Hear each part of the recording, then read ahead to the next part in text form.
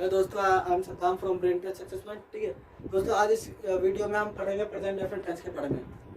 Present indefinite tense जो है, present indefinite tense, present जो है हमारा जो वर्तमान है, मतलब जो अभी चल रहा होता है उसके बारे में बोलते हैं। लेकिन इंडेफिनिट से क्या होता है कि इंडेफिनिट वो चीज़ है जो हम कभी कभार या फिर हमारी जो डेली लाइफ से जुड़ी बात होती है वो चीज़ होती है, या फिर हम ऐसा कह सकते हैं कि जो हमारी हैबिट होती है उसको बताती है, उसे इंडेफिनिट कहते हैं। ठीक है, तो आगे हम पढ़ते हैं। पहचान क्या होती है? पहचान इसकी ताहे तीहे तेहे होती है। कभी कोई भी सेंटेंस अगर आप बोलते हो जिसके लास्ट में ताहे तीहे आता है, तो ताहे तीहे आता है तो उसका सेंटेंस जब आप बनाओगे तो उसको क्या है कि वो वर्तमान में नहीं, वो आपको बताएगी, वो सेंटेंस आपको खुद ही बता देगी कि ये सेंटेंस क्या है, वो कभी कभार या फिर आपकी डेली लाइफ से जुड़ी हुई है। जैसे मैंने बोला कि मैं पढ़ाता हूँ, अब ये जरूरी नहीं है कि जिस समय मैं बोल रहा हूँ वही उसी टाइम पढ़ाता हूँ। ठीक है, ये क्या है कि मैंने बताया कि मैं पढ़ाता हूँ, कभी हो सकता है कि रोज भी पढ़ाता हूँ, कभी कभी पढ़ाता हूँ, तो इससे ये नहीं पता चलता कि ये प्रेजेंट की बात है। लेकिन क्या है कि ये रोज करते हैं, ठीक है, तो इसलिए हम इसे प्रेजेंट में लेते हैं। ठीक है, तो अब उसके बाद हम बात करें कि helping verb.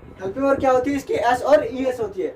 Helping verb S और ई एस होती है। इसकी हम जो एस और एस होता है वो क्या कहाँ यूज होता है हम आपको आगे बताएंगे। कि पहले हम बात करते हैं कि इसमें सिंगुलर और प्लूरल। सिंगुलर क्या होता है कि सिंगुलर ही शी इट और सिंगल नेम होता है, और प्लूरल जो होता है वो आई वी यू दे, मतलब एक से अधिक को प्लूरल कहा जाता है, और सिंगुलर बस अकेले को सिंगुलर कहा जाता है। एस और यस मैंने यहाँ पे कुछ लिख रखे हैं, मैंने दिखा रखा है कि ही शी इट सिंगुलर। इसके वर्ब के अंत में अगर इनमें से कोई सा वर्ड आता है, मतलब कोई भी हम सेंटेंस बोलते हैं और उसके अंत में अगर इनमें से कोई वर्ड अंत में अगर इनमें से कोई सा वर्ड आता है तो उसके साथ हम क्या लाएंगे? ईएस। और इनमें से कोई सा वर्ड नहीं आता है और सब्जेक्ट उसका सिंगुलर है तो उसके साथ हम क्या लाएंगे? एस। ठीक है, जैसे मैंने यहाँ पे एग्जांपल दे रखा है, वह मुझे पढ़ाता है, ही टीचेस मी। ही क्या है? सिंगुलर है। उसके बाद क्या है? वर्ब। वर्ब के लास्ट में क्या आ रहा है? C H. तो इसके साथ हमने क्या लगा दिया? ईएस। वैसे क्या है? राहुल कपड़े धोता है, राहुल वॉश। एस एच यहाँ आ गया, सिंगुलर क्या है? नाम, सिंगल नेम। इसके बाद क्या आ रहा है? एस एच, तो लास्ट में क्या आ रहा है? एस एच, तो इसलिए हमने यहाँ पे क्या लगा दिया? यस। तो राहुल वॉशेस क्लोथ। और जिसमें अगर ये वर्ड नहीं आते हैं, पांचों वर्ड नहीं आते, तो इसमें हम क्या लाएंगे? एस। जैसे वह मुझे जानता है, ही नो। अब मैंने यहाँ पे नो है, डब्लू है, डब्लू इनमें से कोई सा वर्ड नहीं है तो इसलिए क्या लाएंगे? एस। ठीक है, ही नोज अस। उसके बाद हम बात करते हैं दोस्तों प्लूरल।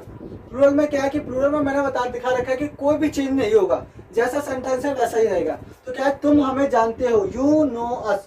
अब इसमें क्या है? कोई फर्क नहीं पड़ता कि चाहे इसमें कोई सा वर्ड हो, वर्ड के साथ कोई सा ही वर्ड हो, इसमें कोई फर्क नहीं पड़ता, जो है वैसा ही है, उसमें कोई करेक्शन नहीं होगा। ठीक है दोस्तों, मैं आपको एग्जाम्पल के साथ और बताता हूँ कि जैसे कि समझ लो कि एक कंपनी के दो पार्टनरशिप है। ठीक है, मतलब दो पार्टनरशिप पार्टनर या फिर बोलते पार्टनर है। ठीक है, दो पार्टनर है, वो कहता है सिंगुलर। ठीक है, तो पहले हम सिंगुलर की बात करते हैं, तो सिंगुलर बोलता है, ठीक है, सिंगुलर में आता है और सिंगुलर में बोलता है कि भाई हम दो पार्टनर हैं, लेकिन मैं कुछ वर्करों को चूज करूंगा जिससे मैं पैसे दूंगा। ठीक है, तो क्या होता है कि बोलता है कि ठीक है, सिंगुलर प्लूरल जो बात होता है तो बोलता है कि ठीक है भाई, कर दो कि तुम ही देना। तो पहले क्या होता है कि सिंगुलर क्या है कि सिंगुलर जो आता है वो आता है, पहले देखता है कि वो चूज करता है कि भाई ये जो वर्ड है, ये जो पांचों वर्ड वाले हैं, जिसके साथ भी जिस वर्कर के साथ रहेगा वो उस वर्कर के साथ मैं आऊंगा। ठीक है, तो मतलब सी एच, एस एच, जो भी इन पांचों वर्ड में से है तो उसमें क्या आएगा? E S. ठीक है, और जिसके साथ कुछ भी नहीं होगा उसके साथ क्या आएगा? एस। ये बस किसके साथ है? सिंगुलर के साथ। और प्लूरल बोलता है कि भाई मुझे कोई चेंज नहीं चाहिए। ठीक है, मैं अपने सारे वर्कर को पैसे दूंगा चाहे कुछ भी हो। तो क्या है, तो इसलिए क्या होता है कि अब प्लूरल जो होता है, प्लूरल कोई डिवाइड नहीं करता। प्लूरल बोलता है कि भाई मैं सारे बंदों के साथ ही रहूंगा, तो इसलिए इसमें कुछ चेंजेस नहीं होता। ठीक है, सिंगुलर में चेंजेस होता है, प्लूरल में कोई भी चेंज नहीं होता। यहाँ पे दोस्तों मैंने आपको ये बता रखे कि फॉर्मूले, इसे फॉर्मूला कैसे कैसे यूज करना है। जो पॉजिटिव सेंटेंसेज होते हैं उसमें हम कुछ नहीं करते हैं, सब्जेक्ट, वर्ब और ऑब्जेक्ट, बस सीधा सिंपल हमें लगाना है। ठीक है, नेगेटिव में इसमें वर्ब आता है, एस और ईएस की जगह हम क्या यूज कर लेते हैं? डू और डज। दोस्तों मैं आपको ये बताऊंगा अभी कि डू और डज क्या रियलिटी में डू और डज क्या दो हेल्पिंग वर्ब होते हैं। ठीक है, तो अगर ऐसा आप सोचते हो कि डू और डज क्या दो हेल्पिंग वर्ब होते हैं, ये आपका गलत है। डू और डज क्या होता है? एक ही हेल्पिंग होती है, मतलब डू ही हेल्पिंग वर्ब होती है, उसे डज बनाया जाता है। ठीक है, जैसे कि यहाँ पे देखो डू मैंने आपको यहाँ पे दे रखा है, सिंगुलर है। सिंगुलर में क्या आ रहा है? ओ में जब भी ओ आएगा हेल्पिंग वर्ब में, तो उसमें क्या है वर्ब में, तो क्या लग जाता है ईएस। तो दोस्तों ये आई वी यू दी अगर प्लूरल में होगा तो प्लूरल में तो डू ही लगेगा, लेकिन अगर सिंगुलर होता है, अगर सिंगुलर आता है तो सिंगुलर में डू के साथ ईएस जुड़ जाएगा, तो इसलिए क्या बन जाता है ये डस। ठीक है, तो ये बन जाता है डस, तो इसलिए इसे डू और डस सेपरेट कहा जाता है। ठीक है, वैसे अगर ऐसे देखा जाए तो एग्जैक्ट हमारा डू ही हेल्पिंग वर्ब होती है। ठीक है दोस्तों, फिर उसके बाद हम बात आगे करते हैं इंटेरोगेटिव। इंटेरोगेटिव मतलब होता है क्या, होता है कि जब शुरू में क्या आ जाए। ठीक है, जब शुरू में क्या आ जाए तो उसमें हम सबसे पहले हम हमेशा हेल्पिंग वर्ब लगाते हैं। ठीक है, हेल्पिंग वर्ब लगाते हैं मतलब क्या होता है कि क्या बोलता है कि भाई अगर तुम मुझे सेंटेंस में पहले लोगे तो मैं अपना नाम नहीं दूंगा।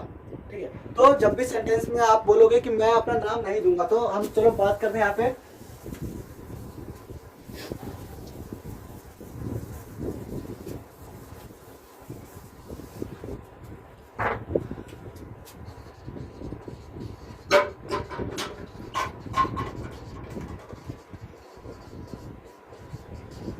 क्या आप मुझे जानते हो। ठीक है, क्या आप मुझे जानते हो, तो इंटेरोगेटिव जो बोलता है कि क्या बोलता है क्या, कि भाई अगर तुम सेंटेंस के पहले मुझे लोगे तो मैं अपना नाम नहीं दूंगा, मतलब व्हाट नहीं दूंगा।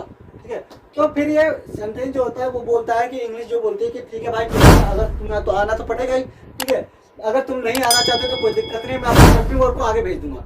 तो कभी भी इंटेरोगेटिव जो सेंटेंस आते हैं तो उसमें कभी भी हम व्हाट नहीं लगाते हैं, हमेशा उसमें हेल्पिंग वर्ब भी आगे आती है। ठीक है, व्हाट को हम कैसे पहचानेंगे दोस्तों, जब भी शुरू में क्या आ जाता है सेंटेंस के, तो उससे क्या आता है, उसका जो पहचानने का सबसे बेस्ट तरीका है जिसका रिप्लाई हाँ या मैं ना में दे, जिसका रिप्लाई हम हाँ या ना में दे, उसे हम इंटेरोगेटिव कहते हैं। जैसे मैंने बोला क्या तुम रोज स्कूल जाते हो, तो तुम क्या बोलोगे हाँ या ना। ठीक है, मैंने पूछा क्या तुम रोज खाना खाते हो, हाँ या ना।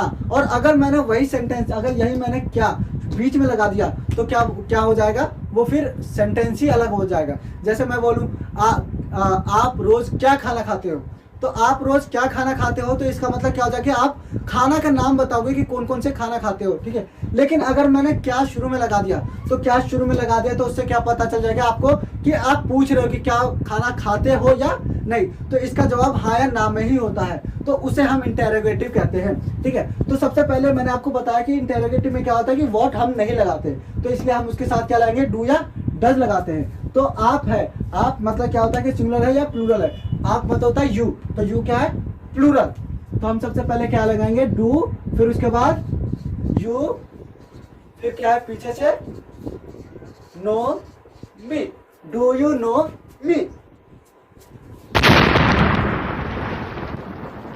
क्या हुआ, मेरे साथ घूमने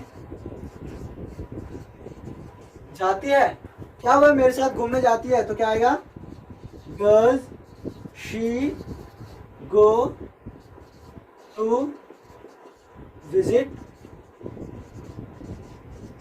with me, does she go to visit with me. ठीक है दोस्तों, ये टू जो मैंने लगाया है वो दो हेल्पिंग वर्ब को करेक्ट करने के लिए लगाया है। ठीक है, ये दो हेल्पिंग वर्ब जो दो वर्ब जो होता है उनको करेक्ट करने के लिए मैंने टू लगाया है। ठीक है, अगर मैं यहाँ पे टू नहीं लगाता हूँ तो यहाँ पे मुझे आईएनजी लगानी पड़ेगी, इसलिए मैंने टू यहाँ पे लगाया ताकि हमें आईएनजी ना लगाना पड़े। ठीक है, उसके बाद हम बात करते हैं इंटेरोगेटिव प्लस नेगेटिव। ठीक है, तो इसमें क्या हो जाएगा, नेगेटिव आ जाएगा, क्या आप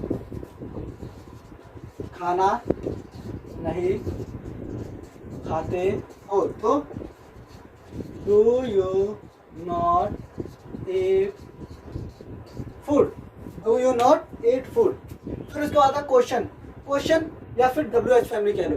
WH फैमिली मतलब क्या होता है, जो भी क्वेश्चन जो होता है वो मोस्टली जो WH से स्टार्ट होता है। ठीक है, तो इसलिए हम WH फैमिली भी कहते हैं उसे।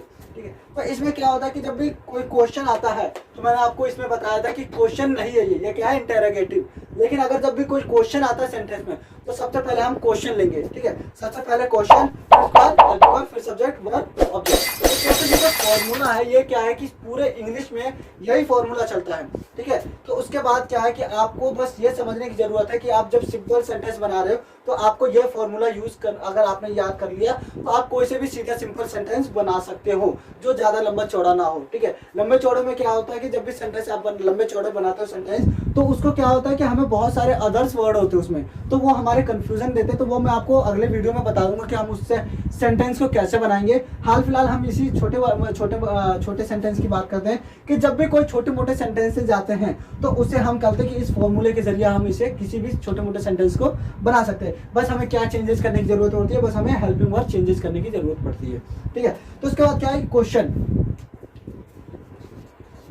वह हमें कब बुलाता है, वह हमें कब बुलाता है। तो सबसे पहले क्या है, क्वेश्चन। तो क्वेश्चन पहले आएगा, when does he call us, when does he call us. When सबसे, फिर उसके बाद डू डज, डज आया क्योंकि सिंगुलर है। ठीक है, फिर उसके बाद subject, subject, verb, verb, object, object. अगर इसी का हम नेगेटिव बनाए तो मैं उसे क्यों नहीं पढ़ाता हूँ, मैं उसे क्यों नहीं पढ़ाता हूँ। तो why do I not teach him. ठीक है, why do I not teach him. Question, do does, subject, subject, not, not, verb की फर्स्ट फॉर्म प्लस ऑब्जेक्ट। ठीक है दोस्तों, डू डज के जगह आप, मतलब जैसे आप डू डज और नॉट यूज करते हो, इसका जगह आप डोंट और डजंट भी पढ़ सकते हो। ठीक है, इसमें कोई दिक्कत नहीं है, डू और डोंट या फिर डू नॉट पढ़ते हो। ठीक है, लेकिन याद रखना हमेशा जब आप राइटिंग मतलब कि आप एग्जाम देते हो तो एग्जाम में ज़्यादा कोशिश करना कि आप डज नॉट या डू नॉट ही लिखो। ठीक है, क्योंकि क्या होता है कि कभी कभी ऐसा होता है कि हमें इसकी वजह से नंबर कम दिए जाते हैं, इसकी वजह से करेक्ट हमारा इनकरेक्ट विथ कर दिया जाता है। तो आप मोस्टली एग्जाम में जो करते हैं डू डज और नोट लिखा करो। स्पीकिंग में यू कैन यूज डोंट और डजंट, क्योंकि स्पीकिंग में क्या होता है कि जितना शॉर्ट होता है उतना ही हमें भी आसानी होती है और हम आसानी से बोल भी पाते हैं और हमारी इंग्लिश क्या होती है, फ्लुएंसी भी होती है और अच्छी खासी भी होती है। लेकिन जो हम एग्जाम में लिखते हैं तो एग्जाम में हमें एक्सप्लेनेशन करने की जरूरत पड़ती है। ठीक है, तो दोस्तों आपको, आई होप कि आपको ये वीडियो समझ में आई होगी। अगर आपको ये वीडियो समझ में आई होगी तो हमारे कमेंट बॉक्स में आप कमेंट कर सकते हैं। हमारी वीडियो को लाइक करें, शेयर करें और हमारे चैनल को सब्सक्राइब करें और बेल आइकन को दबा दें ताकि हमारा अपडेशन आपको मिलता रहे। Thank you.